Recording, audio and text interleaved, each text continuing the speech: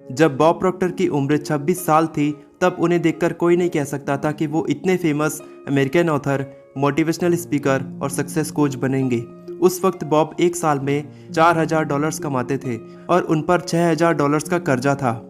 एक दिन उनकी मुलाकात रेमंड स्टैनफोर्ड से हुई। रेमंड ने बॉब से कहा, अगर तुम चाहो तो तुम अपनी ज़िंदगी को बदल सकते हो। जितना आज कमाते हो उससे कहीं ज़्यादा कमा सकते हो।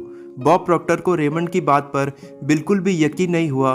तब रेमंड ने बॉब को नेपोलियन हिल की किताब थिंक एंड ग्रो रिच के बारे में बताया और उस किताब को पढ़ने के लिए कहा। उस किताब को मैंने भी पढ़ा है। उसके हर चैप्टर में एक सीक्रेट लिखा है जिसकी मदद से कोई भी इंसान वो सब कुछ हासिल कर सकता है जो भी वो चाहता है। और उसी किताब को पढ़ते हुए बॉब ने भी उस सीक्रेट का पता लगाया और वो सीक्रेट था कि जो भी आप चाहते हो, जो भी आपका गोल है, उस गोल को एक कागज़ पर लिखो।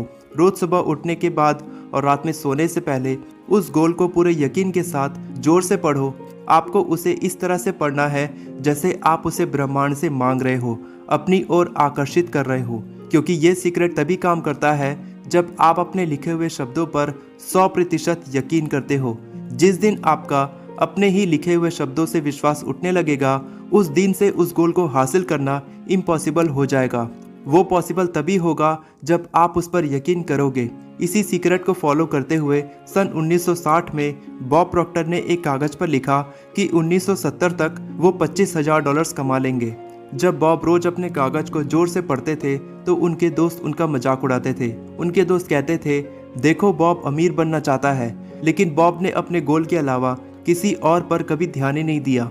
वो हर रोज अपने लिखे हुए शब्दों को पूरे यकीन के साथ पढ़ते रहे और केवल एक साल के अंदर बॉब ने $1,75,000 कमा लिए। अगले ही साल उन्होंने $1 मिलियन से भी ज़्यादा की कमाई की। इस छोटे से किस्से से हमें ये समझ में आता है कि ये सीक्रेट एक जादू की तरह काम करता है, लेकिन केवल उन लोगों के लिए जो इस पर विश्वास करते हैं।